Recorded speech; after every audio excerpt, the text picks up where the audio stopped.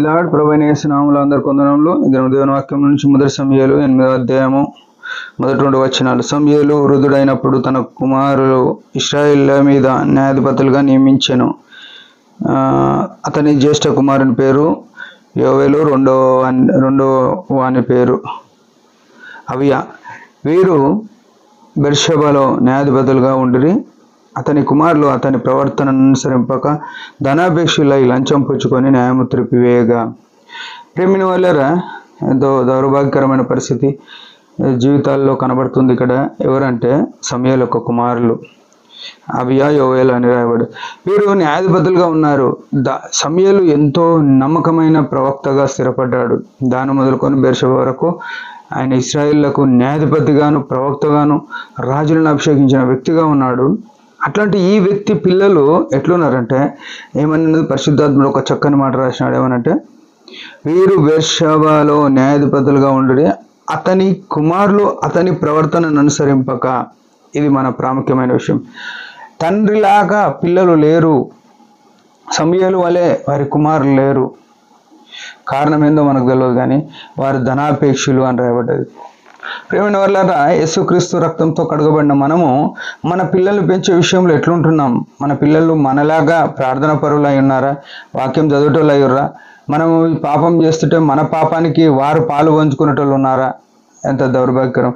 ఈయన ఇంత మంచోడు ఉన్నప్పుడే ఈయన పిల్లలు ఎట్లుంటోళ్ళు ఉంటే, మనం మంచిగా లేకపోతే మన పిల్లలు ఎట్లుంటారు? భవిష్యత్ తరం ఎట్లుంటుంది? మన పిల్లల పట్ల మనం ఏమైనా పట్టింపు కలిగి ఉన్నామా? అది దేవుని దృష్టిలో ఎంతో పరిగణలోకి తీసుకోబడమాట. సమూయేలు ఎంతో జాగ్రత్తగా పెంచవచ్చు. సమూయేలు ఎంతో జాగ్రత్తగా దేవునికి ఇంపైన పరిస్థితిలో ఉన్నాడు. సమూయేలు పిల్లలు ఎట్లరట? ఆయన వల్లే ప్రవర్తింపక ధనాపేక్షులై లంచం పుచ్చుకొని న్యాయం త్రిపివేసినారు.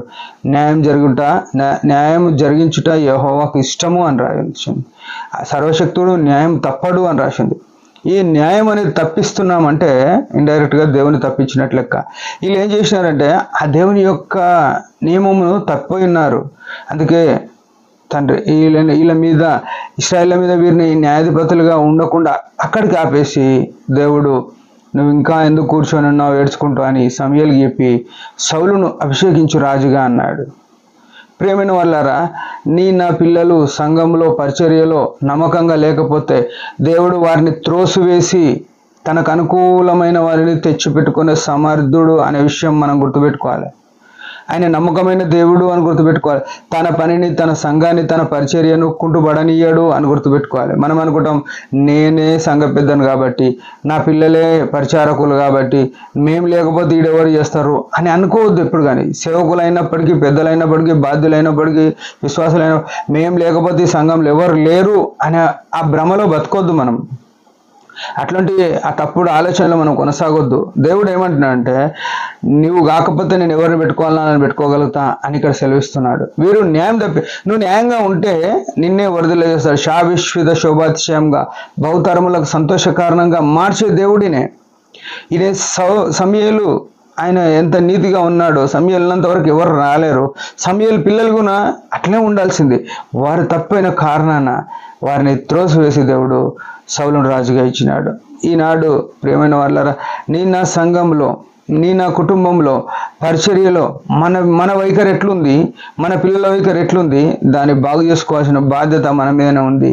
దేవుడు కోపిస్తాడు. దేవుని పరిచర్యను అలక్ష్యం చేస్తే, దేవుని పనిని మన ఇష్టానుసారంగా కొనసాగిద్దాంలే అనుకుంటే నష్టం తీవ్రతలో ఉంటుంది.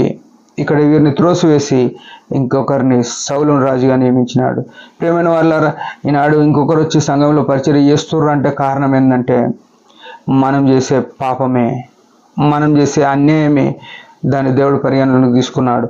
కాబట్టి మన జీవితంలో మనం సరి చేసుకొని యేసు రక్తంతో విమోచింపబడిన మనము ఆయనకి ఇంపైన కార్యాలు, న్యాయము జరిగించడం ఆయనకి ఇష్టం. అది మాత్రమే మనం సమూయేలు కుమారుల వల్ల ఉండక సమూయేలు వల్లనే కొనసాగుదాం. దేవుని వల్ల ఆశీర్వాదాలు పొందాం. దేవుడి మాట దించును ఒక చిన్న ప్రార్థన. పరమ తండ్రి యేసు ప్రభు నామములో వందనాలు, దయకాలం ఇచ్చిన ఆశను బట్టి స్తోత్రములు. నిజమే, మేము అనేక సార్లు మా సొంత ఆశలు, కోరికల చొప్పున నడిచి దూరం అయిపోయిన వారం. సమూయేలు యొక్క కుమారులు కూడా ఎంతో నష్టం తెచ్చుకున్నారు. నీ కృపను నువ్వు త్రోసివేసే దేవుడు అయినావు. నీ కృపను మేము ఎక్కడ నిర్ధారకం చేయక నిన్ను వెంబడించుట్లో నమ్మకంగా ఉన్న కృపనీయమని యేసు ప్రభు నామంలోనే ప్రార్థిస్తున్నాం తండ్రి. ఆమేన్. మీరందరి పరిచయం గురించి భారంగా ప్రార్థన చేయండి. Praise the lord.